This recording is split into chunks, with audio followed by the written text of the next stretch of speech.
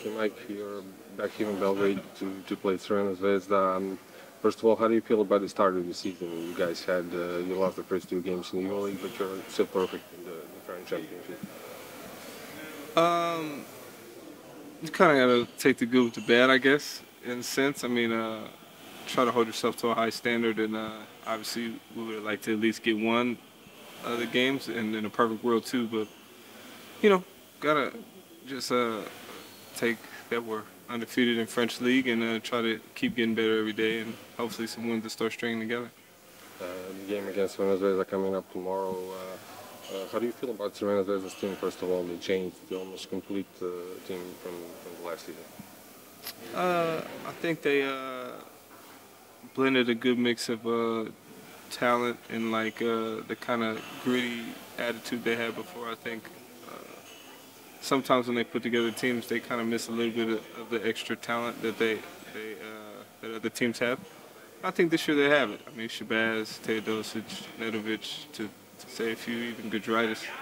A lot of people have some talent over there. And so, that helps. Just when you have talent and you have, like, people who work hard and play hard and good defenders and people who kind of do the little things as well. So I think they're an improved team from last year for sure, and probably one of the better teams I've seen them having since I've been in EuroLeague. So it's exciting to see. I wanted to ask you about, you mentioned Shabazz Napier and Miloš Teodosic, one with a great NBA career, solid NBA career, and Miloš, who is like a European legend. What's it like to play against them? How did you prepare yourselves for those two type of playmakers like they are? Honestly, I try to go into it like any other game. I mean, try not to put too much weight on one individual game, especially like a regular season game. So obviously they're both dynamic in different ways. I think obviously Milos is slowing down a little bit, but I guess he wasn't the fastest in the first place. So it's a lot of talent. It's a lot of skill set with Milos and shooting and passing and IQ. So and then Shabazz is a little bit more quicker, uses his body a little bit more, still a little bit athletic and stuff like that. So it's two different type of playmakers, and they do different things on the court. But obviously they're both really good, and just excited to get to play. Of course, every time when you come to Belgrade, it's a special atmosphere with the Serbian fans. How do you feel about that atmosphere, and does it motivate you even more to give your best, to give more? No, not really. I don't pay attention to it at all. I'm just here to play basketball. Great. Interestingly, this is your third year with Monaco, and it's the first time in your European career that you're staying for the third year with the club. So I'm just wondering what's different about Monaco that made you want to stay for another year. I think, well, obviously in Basconia, I think it was just time for me to move on. At that step, I think basically the whole team moved on my second year in Basconia, so that just kind of was what it was. And my second year in Pana, they just kind of didn't, not that they didn't want me, I think they just didn't have the financials at the time to keep the core of the team together. And, I was just one of the people that they didn't have the money to keep together. So, you don't really have a choice in that matter. And obviously I had family problems in Cheska, so this is just, you kind of can't help things that happen in your career and what happens at each stage, and this is just a stage that I'm at now. Of course, your coach Saša Obradović is a legend of Serbian basketball. I'm just wondering how's your relationship with the coach.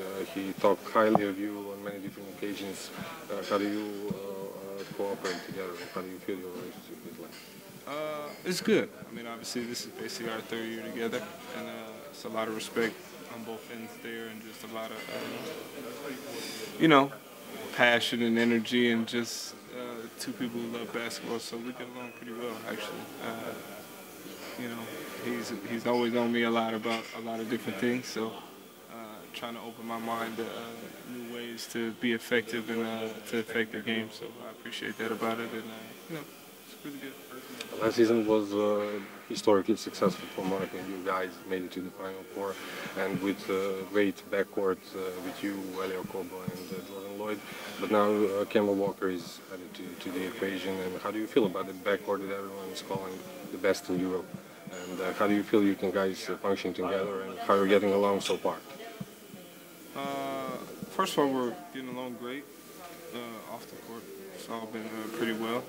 But on the court, I have zero idea. I think with Kembom and Jordan being out right now, we haven't really had a chance to even explore it at this point. So it's pretty much a question mark for us as well. So I think the more they get back healthy and come in and play with us, and we figure out just rotation patterns and who can play with who and what each other's spots is. Because I think last year, me, Ellie, and Jordan built that a little bit with how we playing it all together at some points. But you know, adding Kembom in there, we have to re-explore that, and obviously us three will have chemistry, but we also have to figure out what Kembom likes to do and where he likes the ball as well. So it's going to be a learning process. Hopefully, while we're learning, we can win some games, and you know, it can be effective. So Monaco practically kept the most of the team from the last season, adding a few more French guys in Zaprati, Cornelia, and Majk. So how do you feel, and how important is that you kept that core that gave you that success last year? You know, it's always good for chemistry type things, and then, you know, I think they were aggressive in getting French players. I think their thought process was to have a bigger rotation in French league, and then to just, you know, have some more bodies around in case of injuries, which is always, you know, a good thing to think. I think we have some potential in the people we brought over, just with how dynamic each of them can be. I think Terry's first year in EuroLeague, he hasn't really,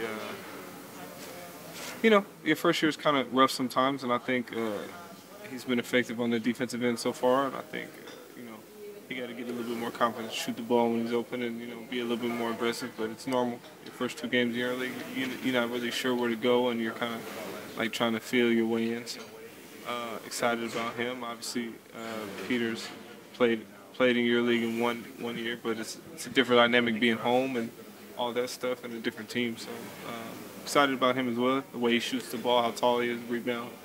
And then Mom obviously comes in with a little bit of individual pedigree, playing in Euro Cup and how well he played there. So we're just happy really to get him back healthy, because he got hurt at the beginning of the season, and trying to fit him in and get him back in shape and fit him into the team, and, you know, figure out where he likes the ball as well too, because he could be a useful weapon for us down low. So, you know, with new players, it's a learning process, and, you know, trying to fit everybody in. You mentioned David Ortiz being his first year in the EuroLeague. Back in the day, you had your first season in the EuroLeague, and it's like 12 years now that you're a professional athlete. So when you look back, what do you see, and are you satisfied with the achieved so far? Yeah, I gotta be. I think when I first came in, not really knowing much about EuroLeague, and just you know, looking around and be like, man, I wish I could get to this level. I think all the levels that I thought I could get to, I surpassed. Like, I would have never imagined, like, the level I was able to get to and just sustain over the last, like, 5 to 6 years. So, you know, just happy I got a chance to do that. Happy I still love playing basketball and getting better every day, and hopefully I can continue to play at a high level. I read somewhere recently that you said that you won 2 championships, and I think you meant from the EuroLeague. How do you feel about your guys' chances this season to take that first step, that first EuroLeague trophy? Right now it's bad. I mean, we're 0-2. I mean, you know, it's a long season. When you start a season, you always have a championship goal in mind, but just me, I try to take it day by day during the season. Obviously, that's a goal at the end, but, you know, you got to work on things every day to get you to there. And I think you build now to get there. So we got a long way to go. I got a long way to go, and just, you know, figure it out on the way. Just one last question. Last time it was all about the World Cup, and I guess you watched it and followed it. So did it make me woke up some desire for you to play for some national teams, to compete in those kind of tournaments? Because there was this talk, I think, reports that you potentially could play for Latvia. Can you comment on that? And first of all, about an opportunity to play for some national team. I think leading up to every summer where there's a big tournament, I always kind of get a couple interests, and my agent always kind of asks me the question, what do I think And I think I've always been kind of hesitant. Season's really long. You don't get much time at home. And, you know, I kind of like being home. But I think if the right opportunity came along and the right team and right situation, I would consider it and maybe play. It just all depends on what's going on, really. I think your teammate Jordan Lloyd said about that since U.S. national team didn't won the goals they wanted, they finished fourth in the World Cup, that they might be start looking to the players, American players, to play in Europe. What do you think about that? Could that maybe give them an edge in this FIBA tournament? Well, you know, in the Olympics, I think always the big players will play, so, you know, that'll never be really an option. But like so obviously that's the biggest tournament. Yeah. So then, I mean, in the smaller tournaments, I think, yeah, I mean, why not? European Americans play over here. We know everybody. We play against everybody. I think we obviously have the skill set to play, and I think, you know, sometimes you gotta take some chances and just, you know, give us a shot. But I mean, do I ever think they'll do it? No. And do I think they'll ever consider it? No. But it would be fun to explore if we could. Thank you, Mike. That's all. Thank you so much. Yeah.